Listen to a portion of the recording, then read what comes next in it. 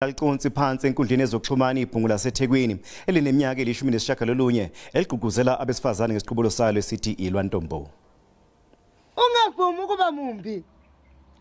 Ilwa Ntombo, ilwa sisi. Uthenga makeup sisi, uyimenerate sisi. Ubobo Mpele usephenduke usaziwayo ezinkundleni zokuxhumana. uNtombo ukhulele lapha elokishini laKwaNdengezi.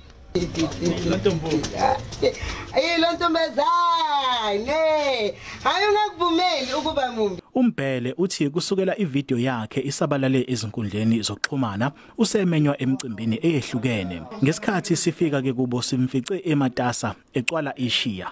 Bengithi Ilwa Ntombo ngisuke ngithi bana Nkosi yami amantombazana awalwe. So ngithi awalwe. Angakuvumeli ukuba mumbi amantombazana ngifuna alwe. uNtombo uthi ufisa ukuthi ke lo msebenzi wakhe ufinyelele nakwamanye amazwe.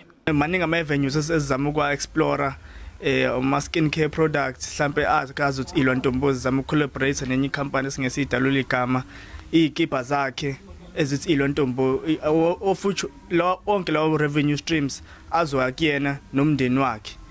uBobo uthi uzibona engomunye wosaziwayo abahamba phambili kuleminyaka ezayo. Uthi ke umyalezo wakhe othi Ilwa Ntombo uhlose ngawo ukukhuthaza aphinde agqugquzele abantu besifazane ukuthi balwele indawo yabo emphakathini. Kambe senza njani kambe Bobo? Ithi Ilwa Ntombo ungakuvumeli ukuba mumbi. NginguSimphiwe Makhanya wezindaba ze-SABC ngeKwaNdengezi.